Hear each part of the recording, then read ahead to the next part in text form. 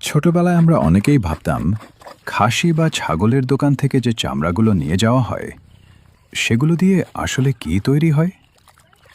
আজ আমরা দেখব সেই চামড়া থেকে কিভাবে জন্ম নেয় গ্রাম বাংলার চেনা বাদ্যযন্ত্র ঢোল।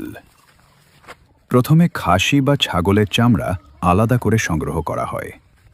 তারপর সেগুলো পরিষ্কার জলে অনেকক্ষণ ডুবিয়ে রাখা হয়।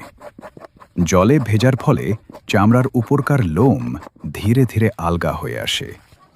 এরপর হাতে হাতে লোমগুলো চেনে তুলে ফেলা হয়।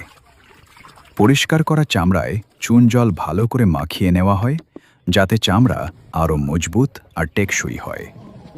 চুন লাগানো চামড়া এরপর পেরেক দিয়ে টানটান করে ধরে খোলা রোদে শুকোতে দেওয়া হয়।